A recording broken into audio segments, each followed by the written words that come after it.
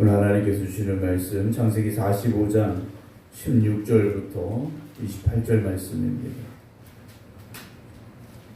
창세기 45장 16절부터 28절입니다.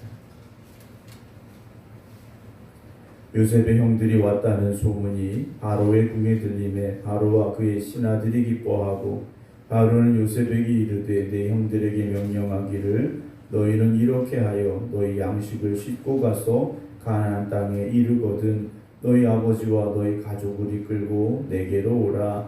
내가 너희에게 애굽의 좋은 땅을 주리니 너희가 나라의 기름진 것을 먹으리라. 이제 명령을 받았으니 이렇게 하라.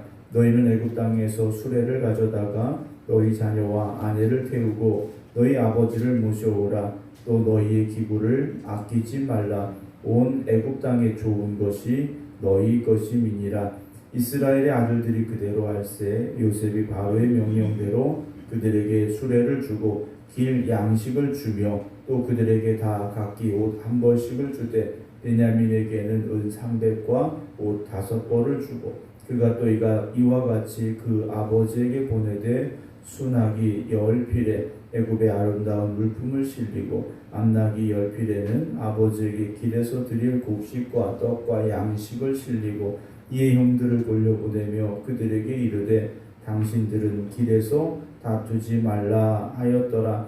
그들이 애굽에서 올라와 가나안 땅으로 들어가서 아버지 야곱에게 이르러 알리어 이르되 요셉이 지금까지 살아있어 애굽 땅 총리가 되었더이다. 야곱이 그들의 말을 믿지 못하여 어리둥절하더니 또 그들이 또 요셉이 자기들에게 부탁한 모든 말로 그에게 말하며 그들의 아버지 야곱은 요셉이 자기를 태우려고 보낸 수레를 보고서야 기운이 소생한지라. 이스라엘이 이르되 조카도다. 내 아들 요셉이 지금까지 살아있으니 내가 죽기 전에 가서 그를 보리라 하니라.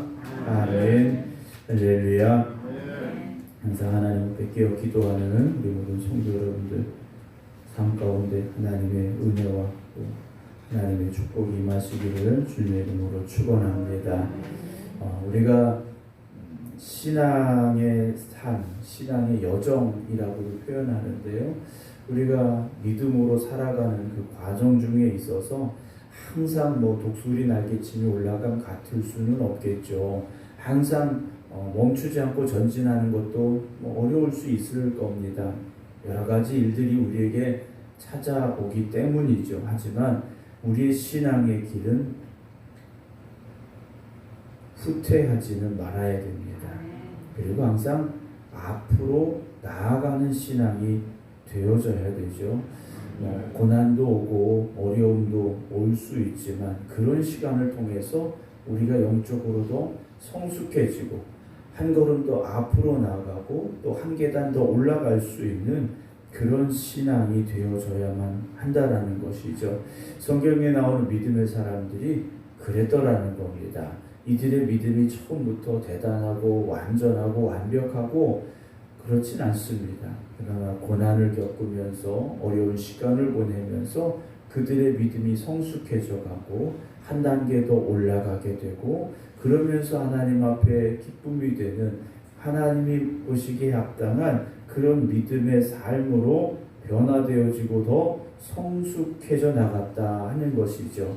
오늘도 우리가 우리 신앙의 여정에 있어서 그런 성숙함 또 앞으로 한 걸음 더 나아가고자 하는 우리의 믿음과 또 노력이 있다면 반드시 하나님께서 우리에게 찾아온 고난과 또 문제를 해결해 주실 것이고 그로 인하여서 우리가 더욱더 하나님의 깊은 은혜에 거하는 그런 삶이 되게 하여 주실 줄로 믿으시기를 주님의 이름으로 축원합니다.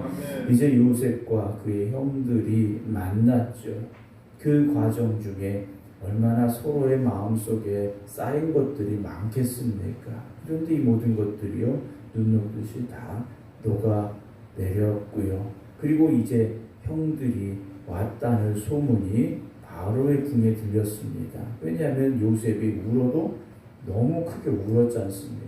그동안 쌓여있던 것이 한 번에 다 쏟아져 나오면서 요셉은 통곡을 했는데 그 울음소리가 들렸고 왜 저 요셉이 우는가? 아마 알아보는 과정도 있었겠죠. 어쨌든 오늘 16절은 요셉의 형들이 왔다는 소문이 바로의 궁에 들림에 그 다음에 중요한 말씀 나옵니다. 바로와 그의 신하들이 기뻐했다 그랬습니다.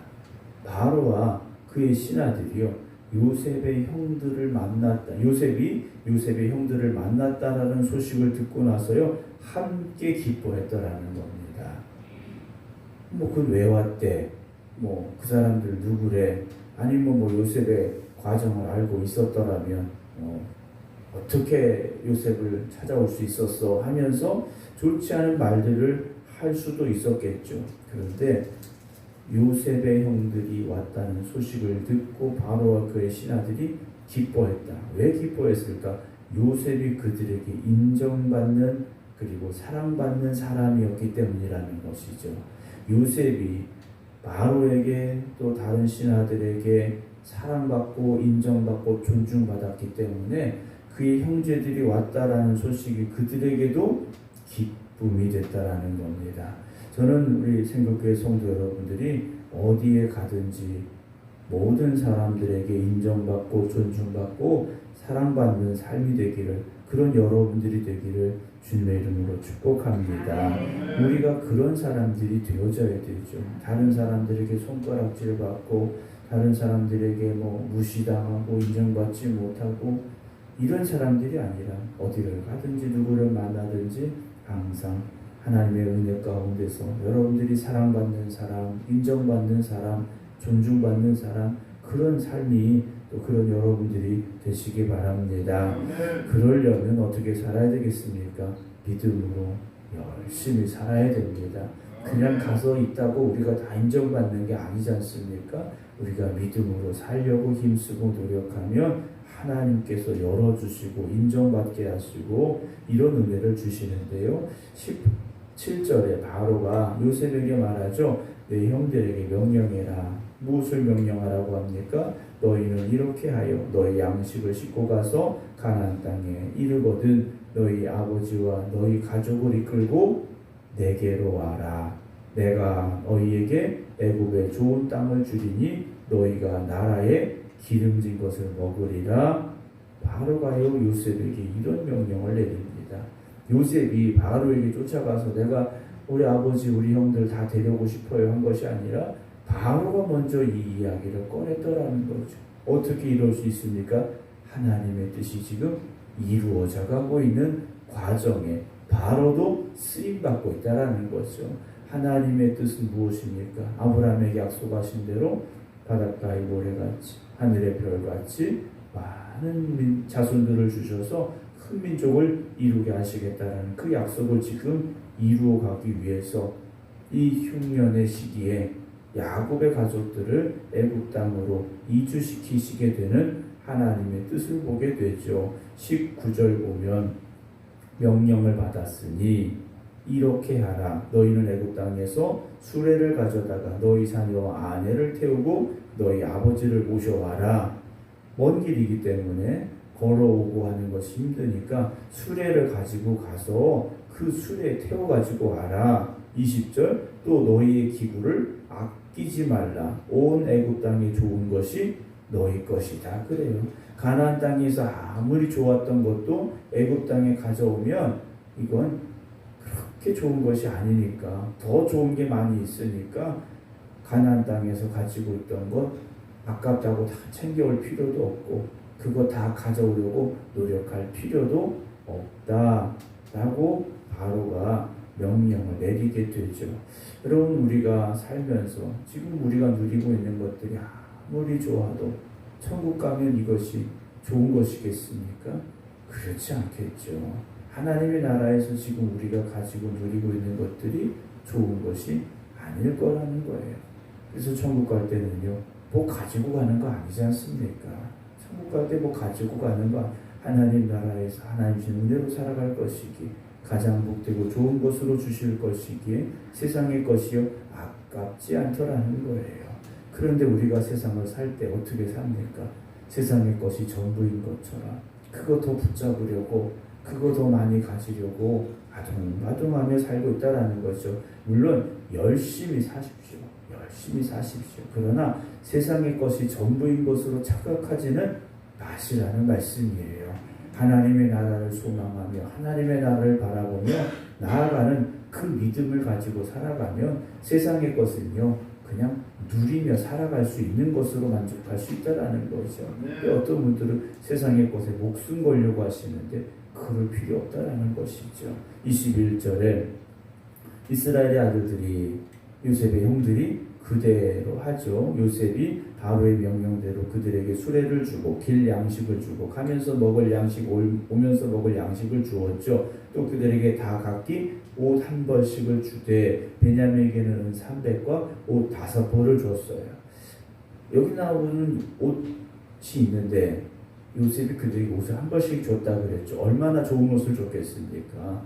가나안 땅에서는 보지도 못했던 아마 그런 좋은 옷을 줬겠죠. 그런데 이 옷이 20여 년 전에 어떤 일이 일어나게 만든 겁니까? 아버지 야곱이 요셉을 특별히 사랑해서 채색 옷을 입혔는데 그 옷 때문에 문제가 생겼지 않습니까? 그런데 요셉이 좋은 옷으로 형들을 입히게 됐죠. 그리고 베냐민에게는 은 300과 옷 5벌을 줬어요. 형들이 시기하고 질투했느냐? 그렇지 않았습니다. 그렇지 않았어요.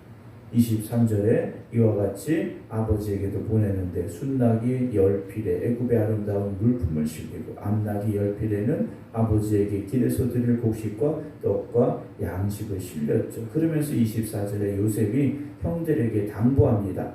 가다가 길에서 다투지 말아라 그래요. 왜 다투지 말라고 했을까요? 아마 가면서 그들이 20년 전에 그 일 때문에 누구 때문에 누가 얘기해서 누가 이렇게 해서 아마 그런 이야기들이 나올 수 있겠죠. 그러다 보면 다툼이 될 수도 있고 그럴 수 있을 거라는 겁니다.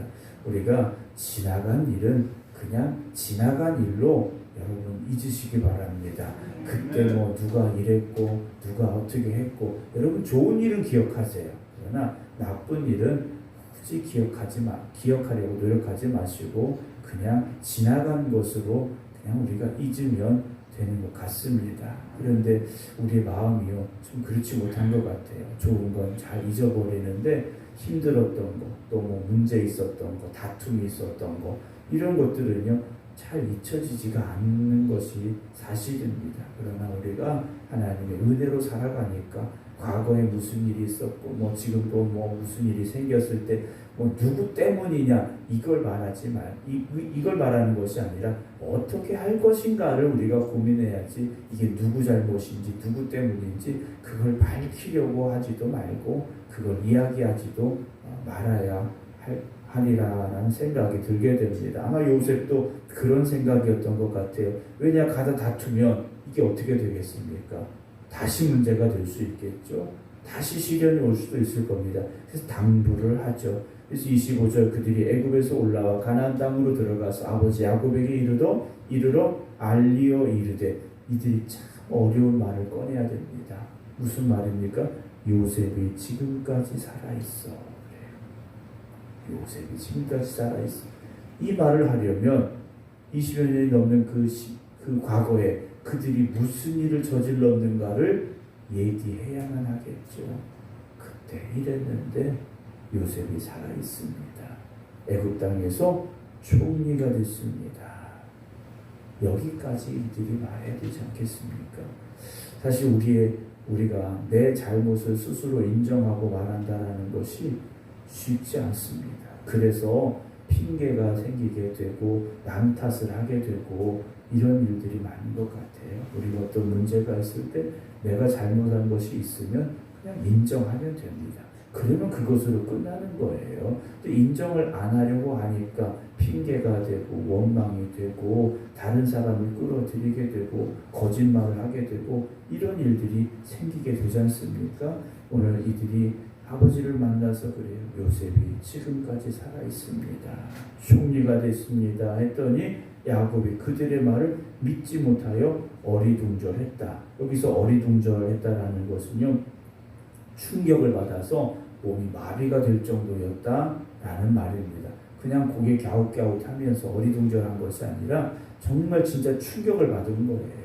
충격을 받고 온몸이 굳어버리는 그런 마비까지 온 상태였더라는 거죠. 왜냐? 그냥 요셉이 살아있다는 것만이 아니라 그들이 요셉의 형들이 어떻게 했는지까지도 아마 얘기를 하지 않았을까? 성경에는 없지만 그랬던 것 같아요. 이 말을 들은 아버지 야곱의 마음이 어땠겠습니까? 충격이었겠죠. 27절에 그들이 또 요셉이 자기들에게 부탁한 모든 말로 그에게 말하되 그들의 아버지 야곱은 요셉이 자기를 태우려고 보낸 수레를 보고서야 기운이 소생했다라고 되어 있습니다.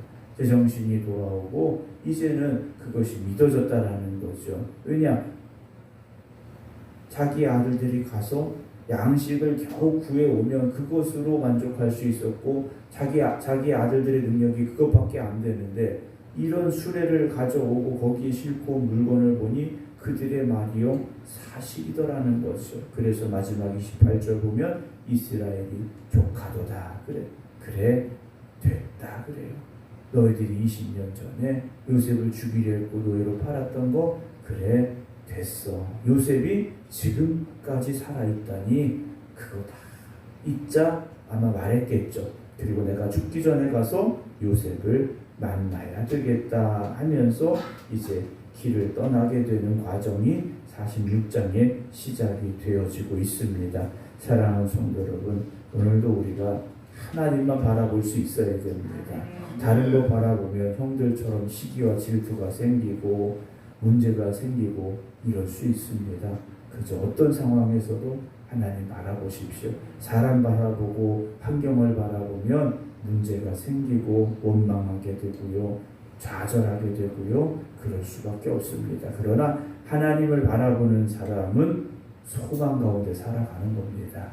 요셉이 그랬지 않겠습니까? 오늘도 여러분들에게 찾아온 삶의 여러 가지 일들을만 바라보지 마시고 눈을 들어 하나님 바라보시고 그 소망 가운데서 믿음으로 인내하며 살아가시기 바랍니다. 그러면 하나님께서 그 선하신 뜻을 여러분들을 통하여 이루어 가시는 그 은혜와 축복을 누리게 될 줄로 믿으시기를 주님의 이름으로 축원합니다. 기도하겠습니다.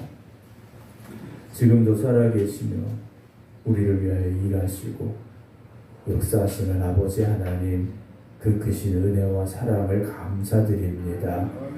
요셉의 삶을 우리가 성경을 통해서 봅니다. 그리고 그 형들과의 만남을 또 보게 되었습니다. 힘들고 어려운 상황 가운데도 요셉은 하나님만 바라보았고 하나님이신 꿈을 붙잡았고 그리고 그 소망 가운데 모든 것을 이기고 여기까지 왔음을 보게 됩니다. 만약에 요셉이 하나님을 버렸다면, 믿음을 잃어버렸다면 요셉이 어떻게 됐을까 우리가 생각해 보게 됩니다. 아마도 하나님의 뜻을 이루는 일에 쓰임받지 못했을 것입니다.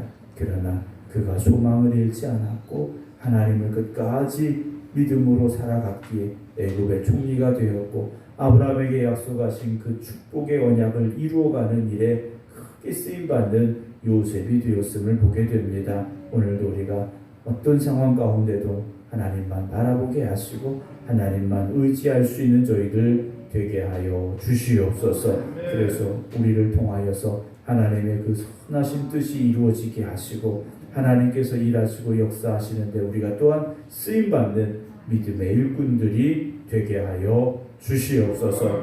이제는 우리 주 예수 그리스도의 은혜와 아버지 하나님의 극진하신 사랑하심과 성령님의 감동 감화 교통하심이 오늘도 하나님의 선하신 뜻이 있음을 믿습니다.